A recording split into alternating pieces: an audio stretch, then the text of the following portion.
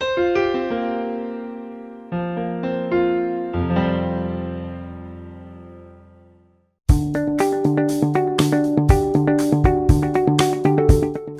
is so important to fundraising, and today we bring you a Frontline perspective. Hi, I'm Bill Stanczykiewicz. This is the first day with the Fundraising School, and I'm joined today by Beatrice Cork, who has over 2 decades of experience of fundraising success in higher education, with youth organizations, on behalf of people with disabilities, a wide range of fundraising expertise, and we're able to learn from her today. Beatrice, thanks so much for being with us. Thank you. This whole idea of diversity is so important. We're becoming more diverse as a country. That certainly means African Americans, Latinos, other people of color. You also have a background of serving people with disabilities. Yes. What have you seen in terms of fundraising on behalf of and with these different populations, these so-called underrepresented communities, and what can fundraisers learn to apply to their important work? I think the key thing is you have to know your audience. You have to know who you're fundraising for, and you also have to be connected to the mission in a way that's down to your core. If you are not connected to the mission, or you cannot resonate with the population, then you cannot raise money for them. I also think that as a frontline fundraiser, every day you have to shore yourself up. You almost have to gird yourself, put on your armor, and be prepared to do battle on behalf of the mission that you speak so eloquently about. This is really personal. This needs to be a passion. This just can't be a job. Oh, no. We have to resonate with the mission that we're working with. How did you do that as you began fundraising on behalf of people with disabilities, especially, as I understand, people with visual impairment? How did you associate with that? I really understood what it was like to have diabetic retinopathy. I had family and friends who acquired diabetes and then the resulting problems with their eyes.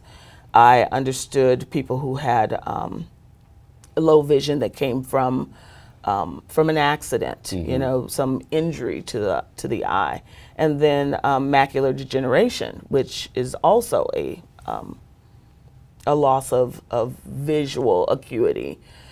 And I think my parents were aging, my friends' parents were aging, we're all aging. Yes.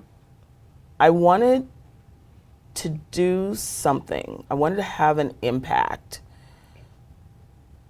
that would outlast me. So any dollars I raise to benefit an organization, whether it's people with disabilities or youth or universities, I like to see that those dollars go on beyond me, that time beyond me. I mean, that's what a legacy is, right? Planting seeds under a tree, for a tree under which you will never grow shade. But people with disabilities has always been it's kind of been a real soft spot for me, and I think it's because for years they were shunted away, they were marginalized, they were discounted, and they are people first, and then have disabilities second. That's well said. That is so well said. And so you crossed a line of difference. You entered a different community. Certainly you had some personal experience in your family with visual impairment, and then you met others, and this became a passion for you. Yeah.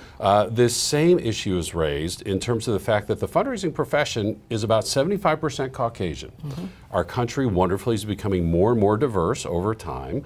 And we always ask this question, how can we help the fundraising profession become more diverse? How can these folks who are in the hiring positions cross those lines of difference to have a more diverse talent pool to draw from, which then could lead to a more diverse fundraising team? You know, it's a challenge. It really is a challenge in fundraising. We know that people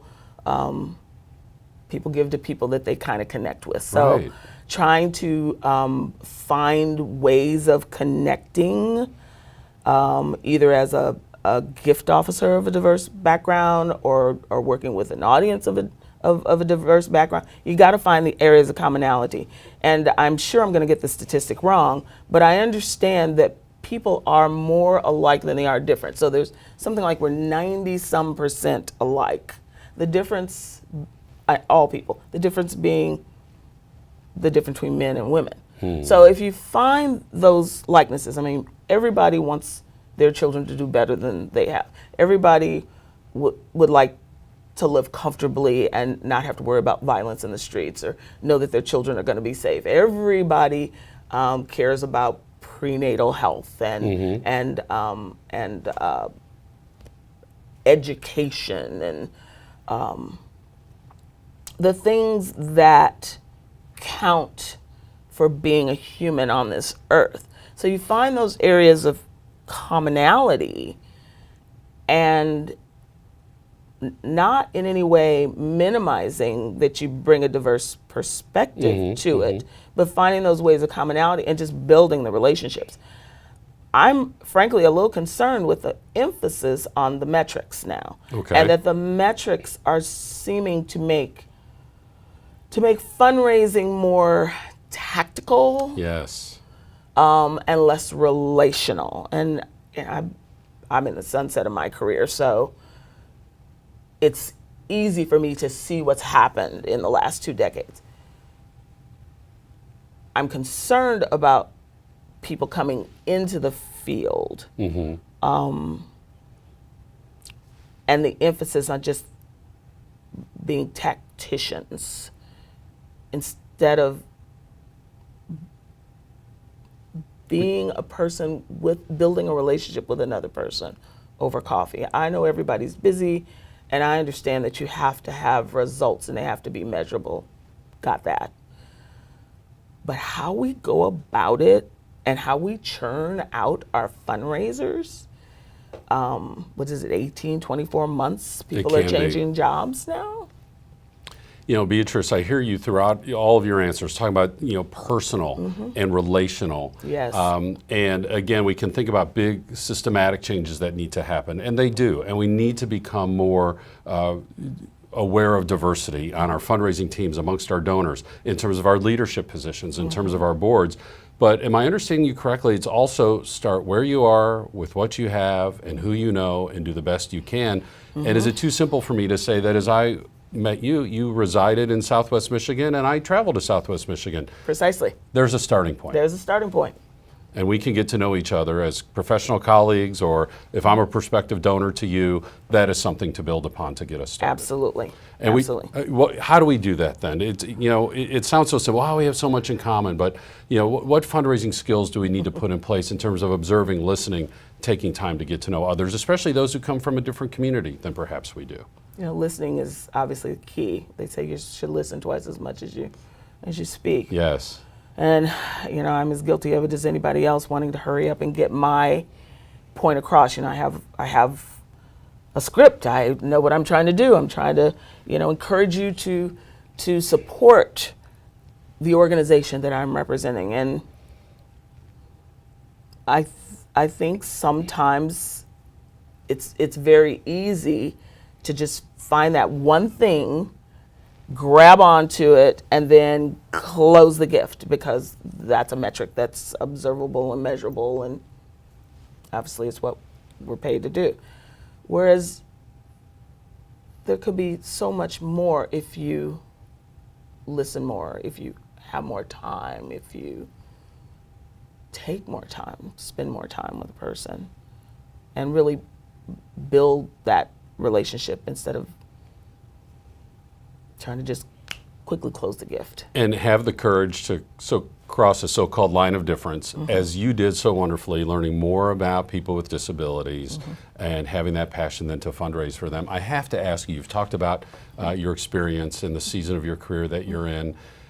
Do you mentor others? Do you see yourselves as a role model? I do. Whether it's for fundraisers overall, for women, for African Americans, however that is defined for you. Do you see yourself in that role now at this stage in your career? I do, but more importantly, other people see me that way. Yes. So it's fine for me to think that I'm mentoring someone. If someone else says I view you as a mentor, that's where it feels very powerful and you feel very humbled by it as well.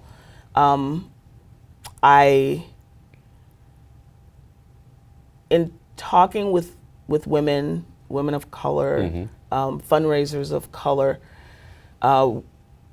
We all have said we try to seek each other out when we go to general meetings, national meetings, because there's still so few of us. Yes. 20 years ago it was almost impossible to find someone, which is one of the reasons why Tyrone and I connected so easily. We were at the beginning of our careers, and we kept seeing each other in meetings, and it was like a natural fit to just kind of help one another through the process. But mentoring is I've benefited from really good mentors. And so I think about what helped me, and I try to then modify that for the people that I'm helping. And the times have changed a lot, Bill, and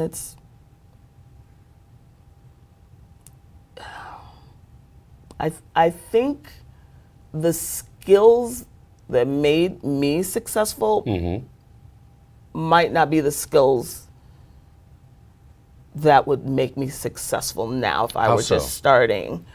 So I've had people say to me a couple of funny things. One, that I would talk to a tree and could probably get them to give money. That I've never met a stranger.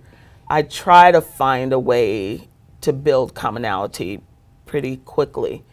And then I've had an employee tell me once, Beatrice, you could tell somebody to go to hell, and I'll be darned if they wouldn't look forward to the trip. Wow. I'm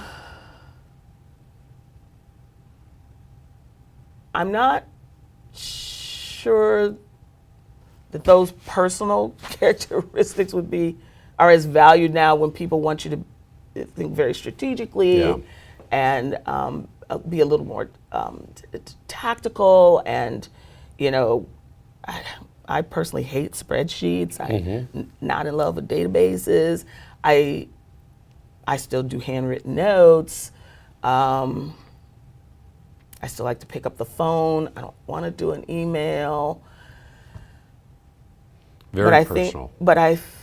I think now that people's time is so prescribed that you have to use the tools that you have at hand in order to get the job done. Well, Beatrice, thanks so much for keeping it real. It's such an important lesson for all of us. First of all, I'm inspired to meet you and have this important reminder to be focused on the mission, focused on your passion, focused on the people we're serving, the causes we're fundraising for, and of course, focusing on those donors as people, even donors who don't look like you or maybe live in the same community as you do, have a different life story as you, to follow Beatrice's example and cross that line, reach out to others, learn about them, find those areas of commonality, whether they are prospective donors, whether they're prospective colleagues, somebody you need to hire to put into a leadership position. All of that applies from the good information that we learned today from Beatrice. And again, at the Fundraising School, we teach the case comes first. Yes, you need to manage. We need that database and we need that fundraising plan, but the case for support is preeminent in all of our work,